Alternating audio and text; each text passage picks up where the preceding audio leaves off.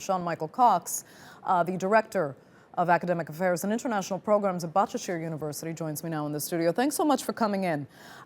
We heard there what Chuck Schumer had to say. We heard a little earlier what Adam Schiff had to say, both of whom are just outraged with Mitch McConnell's resolution on how this trial should proceed.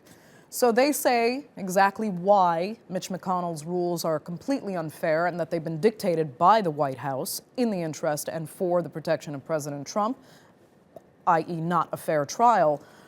Will Democrats get what they want? Democrats will not get what they want. It's a very strong coordinated strategy, seemingly coordinated strategy behind the Senate leadership, the Republican majority leadership, and the White House. It works to their advantage to have this trial compressed, and it also gives them key time in front of the TV when much of the audience is likely to be watching. By law, though, can they do that? Yes, absolutely. The Constitution doesn't say anything about the organization of an impeachment trial. It's up to the Senate to establish the rules, and that's done by vote, and the Republicans have the vote to do that. As an American, not as an analyst, do you feel frustrated? Do you feel you're getting cheated? I absolutely do feel like I'm getting cheated because it seems like it defies the intent of the Constitution to have a fair and open trial. It seems like partisanship in politics has taken over a process that should have a certain level of gravitas and should be taken seriously, not just by the population at large, but by the people that are arguing this trial, both from the House side and from the Senate side. It seems like everything has been thrown out the window and politics is the only game in town right now. Right. I mean, we've talked about this before. But, you know, more and more evidence is trickling out. It's not all the evidence that the Democrats would like to have out there, and they were hoping to bring it out in the trial.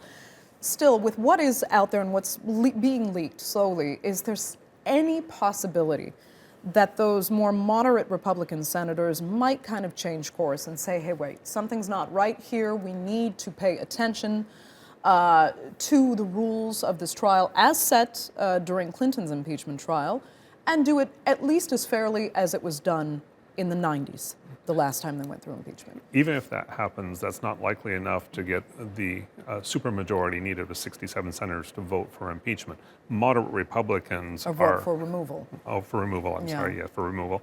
Moderate Republicans are quite a small number, so you still have these old institutional dinosaurs of Republicans, and you have Trump's base Republicans in there that will forego any vote in favor of removal. Right. You know, if it goes forward, though, the way Republicans want it to, there is a defense team at play here that Trump has assembled. I would have called it an all-star defense team if it weren't for really their pretty controversial backgrounds.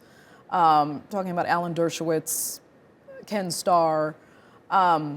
Well, there's high-powered attorneys, but are they even necessary now in this case? And do you think maybe you're missing out by not actually getting to see them carry on a full trial here? Well, you're actually going to get to see a lot of Trump's defense because their arguments happen on Friday and Saturday when more people will have free time. The prosecution is arguing on Wednesday and Thursday when people are going to work or when they're going to be going to bed early to get up to work the next day. But Friday night, all day, and Saturday, they're going to have a much wider television audience.